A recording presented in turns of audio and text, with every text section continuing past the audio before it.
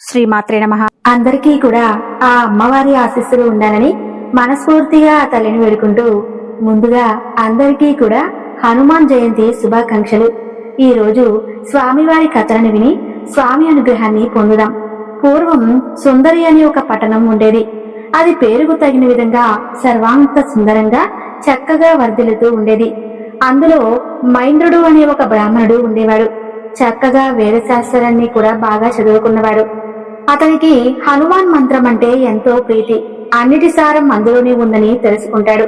నిత్యము కూడా హనుమాన్ మంత్రాన్ని జపిస్తూ నిష్ఠగా జీవిస్తూ ఉండేవాడు. మనసులో ఎలాంటి కోరికలు అతనికైతే అస్సలు ఉండేవి కావు. నిష్కాముడిగా జీవించడం నేర్చుకున్నాడు. మైదానికి కాశీకి వెళ్లి విశ్వనాథుని దర్శించాలని, గంగా స్నానంతో పులకించాలి అని చెప్పి భావన ఉండేది. ఎప్పుడూ కూడా అదే పనిగా దాని గురించి ఆలోచిస్తూ ఉండేవాడు. అలా చాలా ప్రయాసపడి నడిచి వారణాసికి చేరుకుంటాడు. గంగా నదికి దక్షిణ తీరం వైపు చేరుకుంటాడు. ఆ నది తల్లికి భక్తితో నమస్కరించాడు. నది బాగా నిండుగా ప్రవహిస్తూ ఉంటుంది. దాని దాటే మార్గం కోసం ఆలోచిస్తూ ఉంటాడు. అయితే కొంతసేపటికి నదిలోకి ఒక పడవ వస్తుంది. ఆ పడవ రాగానే దాన్ని ఎక్కుతాడు. పడవ బాగానే కొంత దూరం ప్రయాణం చేస్తుంది. తర్వాత దాని అడుగున రంధ్రం ఏర్పడినట్లుగా గుర్తిస్తాడు. నీరు ఆ రంధ్రం ద్వారా పడవలోకి చెరుగుతుంది. పడవ బాగా బరువెక్కి మునిగిపోవడానికి సిద్ధంగా ఉంటుంది. భయం వేసిన మైంద్రుడు తల మీద వస్త్రాన్ని కప్పుకొని భక్తితో హనుమాన్ మంత్రాన్ని పఠిస్తూ ఉంటాడు. హనుమ దానిని గమనించి తన భక్తుణ్ణి కాపాడాలనేటువంటి సంకల్పంతో ఒక వార రూపాన్ని ధరించి ఆ పడవను నెత్తిన పెట్టుకుని గంగా నదికి ఉత్తర భాగం వరకు తీసుకువెళ్లి అక్కడ మనుషులంతా చూస్తూ ఉండగా అదృశ్యమవుతాడు. దానిని గమనించిన వారందరూ కూడా ఆశ్చర్యంతో నిండిపోతారు. భక్తితో ఆ కోతికి నమస్కరిస్తారు. పడవలో నిశ్చలమైనటువంటి జపంలో ఉన్న మైంద్రునికి అదేమీ తెలియదు. తెల్లవారుజామునే చూసేసరికి గంగా నది ఒడ్డున పడి చూసి ఆశ్చర్యపడతాడు. పడవ ఎలా ఎంత ప్రయాణం నుండి తప్పించుకుని ఇలా ఒడ్డుకు చేరిందో అతనికి అస్సలు అర్థం కాదు.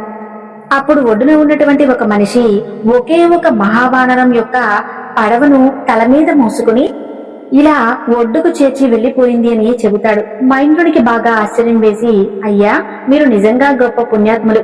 వానర రూపంలో వచ్చిన హనుమను దర్శించారు. జపం చేస్తూ నేనేది కూడా గమనించుకోలేకపోయాను. నేను అదృష్టహీనుణ్ణి. హనుమ దర్శనం పొందినటువంటి ఈ శరీరం వృధా. ఇప్పుడే గంగపాలు చేస్తానని చెప్పి గంగా నదిలోకి దూకడానికి సిద్ధంగా ఉంటాడు. అప్పుడు హనుమంతుడు పట్టు వస్త్రాలను ధరించి వాత్సల్యంతో నిజమైనటువంటి రూపంతో మైంద్రుడికి దర్శనమిస్తాడు. అప్పుడు హర్షభీతుడై మైంద్రుడు హనుమను స్తుతిస్తాడు. మైంద్రుడు చేసినటువంటి స్తోత్రానికి ఆనంద పరవశుడవుతాడు. హనుమ, భక్తమైందా, నువ్వు ఈ లోకంలోని భాగాలన్నీ అనుభవించు. నీ దగ్గర నేనెప్పుడు ఉంటాను. పిలిస్తే తప్పక పలుకుతాను. జీవితాంతం నీవు నన్ను ఎప్పుడు పడితే అప్పుడు పొందవచ్చు అంటూ వరం ఇచ్చి స్వామివారు అదృశ్యమవుతారు.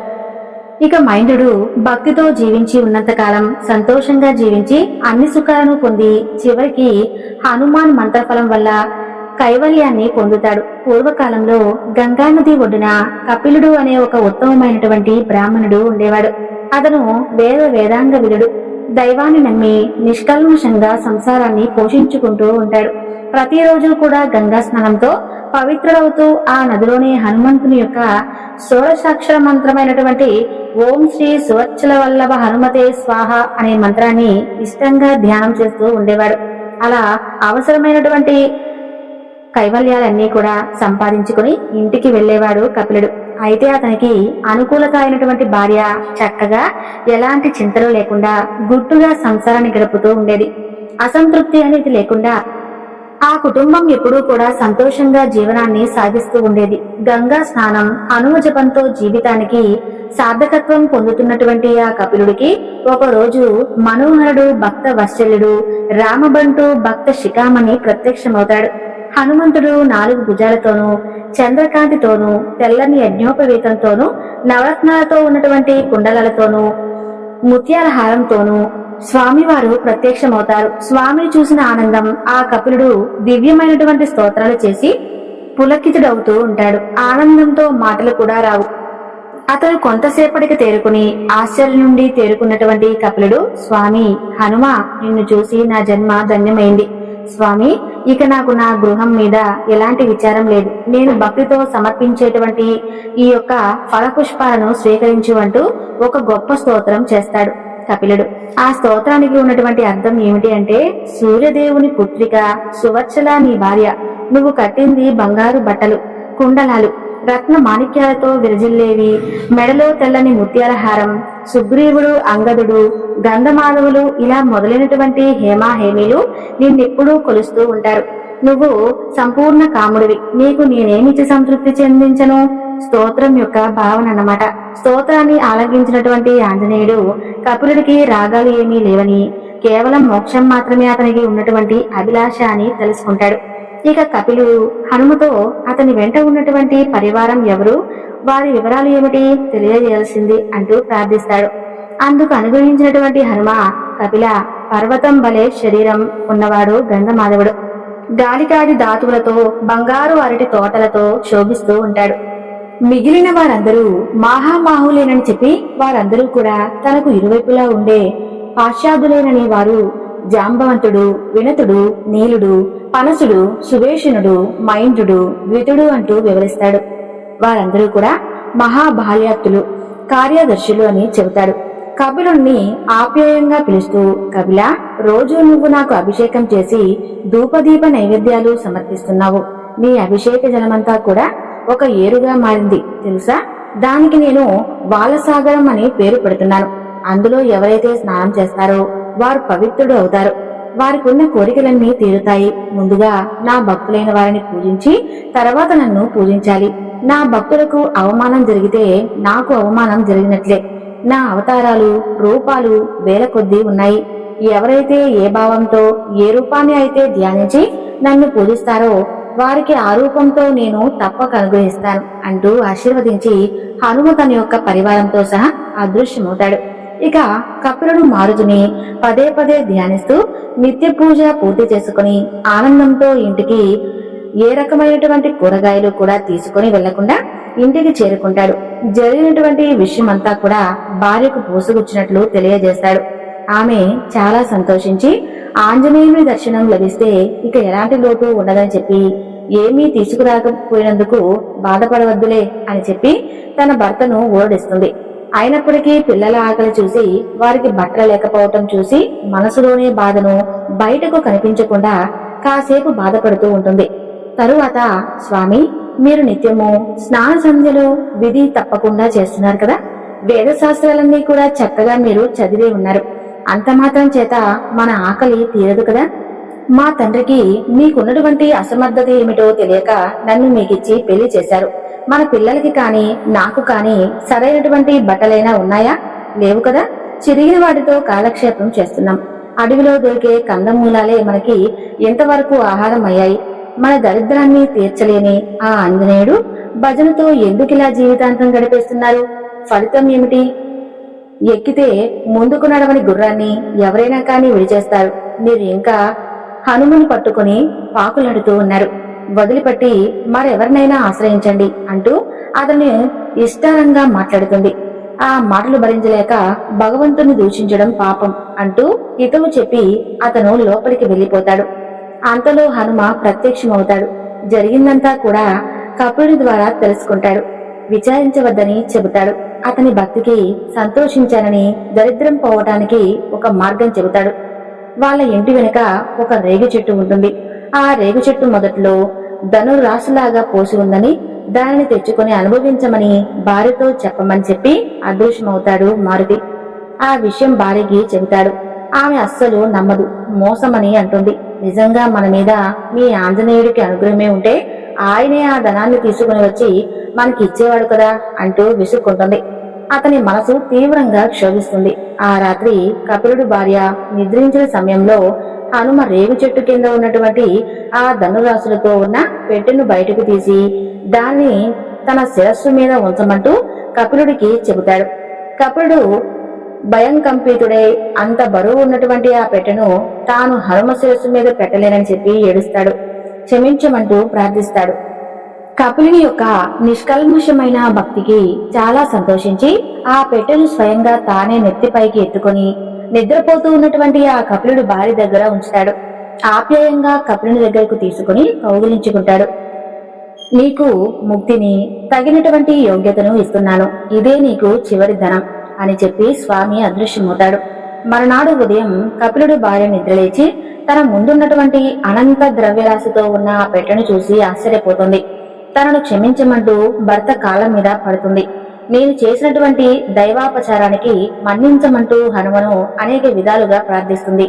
హనుమ ఇచ్చిన ధనంతో దరిద్రం నుండి ముక్తుడై హాయిగా ఆనందాన్ని, భార్యాపిల్లలతో సుఖాలు అనుభవిస్తాడు. కపులుడి అందరి కోరికలు తీరుస్తాడు, పిల్లల వివాహాలు చేస్తాడు. అన్నీ చేస్తున్నా మనసంతా నువ్వే అని అతను హనుమ చరణాలనే ఆశ్రయించి చివరికి సాహిత్యం పొందాడు. కపులుడు నమ్మిన వారికి నమ్మినంత సహాయం చేసేవాడే ఆ శ్రీరామదూత అయినటువంటి ఆంజనేయుడు. ఇక శనివారం ఆంజనేయ స్వామిని పూజిస్తే గొప్ప ఫలితాలు కలుగుతాయి. అన్ని వారాల్లోనూ మందవారం అని పిలువబడే ఈ శనివారం మహాశ్రేష్టమైనది. అంటే ప్రతి శనివారం భరతుడు హనుమను సేవించి పరాక్రమవంతుడు అయ్యాడని అర్థం. శ్రవణ నక్షత్రంలో కూడిన శనివారం నాడు రుద్ర మంత్రాలతో తైలాభిషేకం చేస్తే చాలా మంచిది. ఐలంతో కూడినటువంటి గంధ సింధూరాన్ని హనుమంతునికి పోస్తే స్వామి ప్రీతి చెందుతాడు. ఇక అభిషేకం చేస్తే అనుగ్రహ ప్రాప్తి కలుగుతుంది. వ్యాధి నుండి విముక్తి కలిగి బుద్ధి బలం పెరుగుతుంది. శత్రుజయం కలిగి మిత్ర సమృద్ధి హెచ్చి ధనలాభం, ఉద్యోగ ప్రాప్తి, కార్యగృహ విమోచనం లభిస్తాయి. శనివారం వ్రతానికి ఒక కారణం ఉంది. శనిగ్రహం ఎంత క్రూర స్వభావుడు, అంతటి సౌమ్యం కలవాడు. ఒకసారి శనిదేవుడు హనుమను సమీపించి, మారుతి, నేను శనిని అందరినీ పట్టి బాధిస్తూ ఉంటాను. ఇంతవరకు నిన్ను నేను ఎప్పుడూ పట్టుకోలేదు, ఇప్పుడు నాకు చిక్కావని అంటాడు. దానికి హనుమ, శనీశ్వరుడా, నన్ను నీవు పట్టుకుంటావా, లేక నాలో ఉంటావా, లేదంటే నాలో ఉండదలిస్తే ఎక్కడ ఉండాలనే నీ కోరికగా ఉంది అంటూ ప్రశ్నిస్తాడు. అప్పుడు శని, హనుమ, నీ శిరం మీద ఉంటానని చెబుతాడు. సరేనని శిరస్సు మీద ఆ శనీశ్వరుణ్ణి చేర్చుకుంటాడు మారుతి. ఆయనకు శనుని బాధించాలని మనసులో కోరిక కలుగుతుంది. ఒక మహాపర్వతాన్ని పెకిలించి నెత్తి మీదకు ఎత్తుకుంటాడు. హనుమయ్య మరో అంటూ ఆ భారం భరించలేక శని గిలగిల తన్నుకుంటాడు. బరువు దించమంటూ ప్రాధేయపడతాడు. జాలి కలిగినటువంటి హనుమంతుడు పర్వతాన్ని విసిరేసి శనిని తోకకు చుట్టి సేతువుకు ప్రదక్షిణం చేయటం మొదలు పెడతాడు. ఊపిరాడక శని విలవిల ఏడుస్తాడు. తోకలో బంధింపబడి ఉన్నందున నేల మీద పడి దొర్లుతో ఏడుస్తూ ప్రార్థిస్తాడు. శని స్తోత్రాలకు పవన్ కుమారుడు సంతోషించి, నన్ను పట్టుకొని పీడిస్తావని ప్రగ్బలాకు పోయావు, అప్పుడే గజగజలాడిపోతున్నావే అంటూ ప్రశ్నిస్తాడు. ప్రజలను బాధింపబడే నీ ధర్మంగా ప్రవర్తిస్తున్నావు, అందుకని నిన్ను ఒక రకంగా శాసించి వదిలిపెడుతున్నాను అంటాడు. గత్యంతరం లేక శని సరేనంటాడు. శని, నా భక్తులను బాధించకూడదు, నన్ను పూజించేవారిని, నా మంత్రాన్ని జపించేవారిని, నా నామస్మరణ చేసేవారిని, నాకు ప్రదక్షిణ చేసేవారిని, నా దేవాలయాన్ని సందర్శించేవారిని, నాకు అభిషేకం చేసేవారిని ఏ కాలంలోనైనా నువ్వు ముట్టుకోకూడదు, నువ్వు బాధించకూడదు. మాట తప్పితే కఠినాతి కఠినంగా నిన్ను దండిస్తాను అని చెప్పి శనితో వాగ్దానం చేయించుకొని వెళ్తాడు హనుమ. అందుకే శనివారం ఇంతటి ప్రాధాన్యత సంతరించుకుంది. శనిని తోకతో నేల మీద పడేసి లాగటం వలన శని శరీరం అంతా కూడా గాయాలయ్యి బాధించసాగా ఆ బాధ యొక్క నివృత్తికై శనికి తైలాభిషేకం చేస్తారు. ఈ విధంగా తైలాభిషేకం చేసిన వారిని శనిదేవుడు బాధించడం లేదు. శనివారం రోజు తప్పకుండా హనుమాన్ని పూజించాలి. ఆయన శనివారం జన్మించడం వలన దానికి అంత ప్రాముఖ్యత లభించింది. అందుకే శనివారం చేసే హనుమ పూజ సర్వకార్యార్థి సిద్ధికి కలిగిస్తుంది, సకల శ్రేయస్సును ఇస్తుంది. సాధారణంగా శని బాధ తట్టుకోవటం చాలా కష్టం. అందుకే శని అనుగ్రహం కోసం పూజలు చేస్తాం. అయితే పేదవారు చేయలేం కదా, నూనెతో కూడా అభిషేకం చేసేంత స్తోమత కొంతమందికి ఉండకపోవచ్చు. అలాంటి వారి కోసం శ్రీమద్ రామాయణంలోని సుందరాకాండలోని 48వ అధ్యాయంలో శనివారం ఉదయం సాయంకాలం పఠిస్తే శనిదేవుని యొక్క అనుగ్రహం తప్పకుండా పొందవచ్చు. ఇది ఖర్చు లేనటువంటి పని. ఇప్పుడు ఆ స్వర్గంలో ఉన్నటువంటి విషయాన్ని ఇప్పుడు మనం తెలుసుకుందాం. ఆంజనేయుడు లంకలో ఉన్నటువంటి రాక్షసులను కాలితో, చేతులతో, కొండలతో, తోకతో చంపి పారేస్తున్నాడు. ఇక రావణుడు పంపినటువంటి అక్షయ్ కుమారుణ్ణి ససైన్యంగా హతమారుస్తాడు. చేసేది లేక రావణుడు ఇంద్రుని జయించి ఇంద్రజిత్ అనే బిరుదు పొందినటువంటి తన యొక్క పుత్రరత్నం మేఘనాథుణ్ణి సైన్యంతో జోడించి హనుమపైకి యుద్ధానికి పంపిస్తాడు. పంపిస్తూ కొడుకుతో ఇలా చెబుతాడు, నాయనా, నీకన్నీ అస్త్రశస్త్ర విద్యలు రహస్యాలు తెలుసు. రణవేత్తపు ఇంద్రుని సునాయాసంగా గెలిచి రాక్షస రాజ్యానికి ముప్పు లేకుండా చేసినటువంటి గొప్ప గనుడు. బ్రహ్మదేవుని అనుగ్రహం పొంది అనేక దివ్యాస్త్రాలను సాధించుకున్నావు. నీ యొక్క అస్త్రాల ముందు ఎవరూ నిలబడలేరు. 3 లోకాల్లో నేను జయించగలిగినటువంటి మగాడు కూడా లేడు. నీ చేత ఓడింపబడిన వాడు లేడు. నీ పరాక్రమ విక్రమం అంత గొప్పది. ఏ కాలంలో ఏ ఏ ప్రదేశాల్లో ఏం చేయాలో నీకు బాగా తెలుసు. నీకు యుద్ధంలో అసాధ్యమైనది లేదు. సూక్ష్మ బుద్ధితో ఆలోచించి కార్యసాధన చేయగలిగినటువంటి సర్వసమర్థుడు. నీ భుజవీర్య తపోబలాలు నాతో సమానమైనవి. యుద్ధ సమయంలో నేను నిర్ణయించినటువంటి పని చిరు కాలాలలోనూ చేయగలిగేవాడివి నీవు. అండగా ఉండబట్టే నేను ఇంత నిక్షేపంగా లంకారాజ్య పరిపాలన చేస్తున్నాను. ఎవడో కోతి మన మహావీరులందరినీ కూడా అశోకవనం దగ్గర ఉండి ముట్టు పెడుతున్నాడు. అక్షయ కుమారుని చంపేశాడు. జంబూమాలి పంచ సంహ్యగ్ర నాయకులు వాడి చేతిలో మరణించారు. మన సైన్యం దాదాపు అంతా కూడా క్షీణించిపోయింది. నువ్వే ఇప్పుడు లంకారాజ్యాన్ని రక్షించగలిగినటువంటివి ఏకైక వీరుడివి. ఎంతమంది సైనికులను పంపినా ఆ కోతి సునాయాసంగా చంపేసి భయం కలిగిస్తున్నాడు. వారి వలన ఇక కార్యం సానుకూలపడదు. ఆ కోతి పరాక్రమం ఏమిటో, ఇక్కడ నుండి వచ్చాడో, అతను వెనుకాల ఉన్న వ్యూహం ఏమిటో తెలుసుకో. దాన్ని బట్టి నీ దగ్గర ఉన్నటువంటి సర్వశాస్త్రాలను ధైర్యంగా ప్రయోగించు.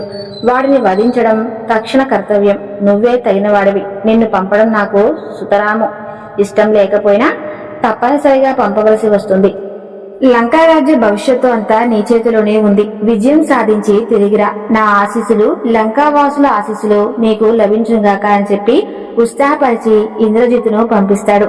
ఉప్పొంగినటువంటి పరాక్రమంతో ఇంద్రజిత్తు సకల సేనా సమేతుడై మారుతు మీదకు యుద్ధానికి తండ్రి యొక్క ఆశీస్సులను తీసుకుని తండ్రికి ప్రణామం చేసి బయలుదేరుతాడు.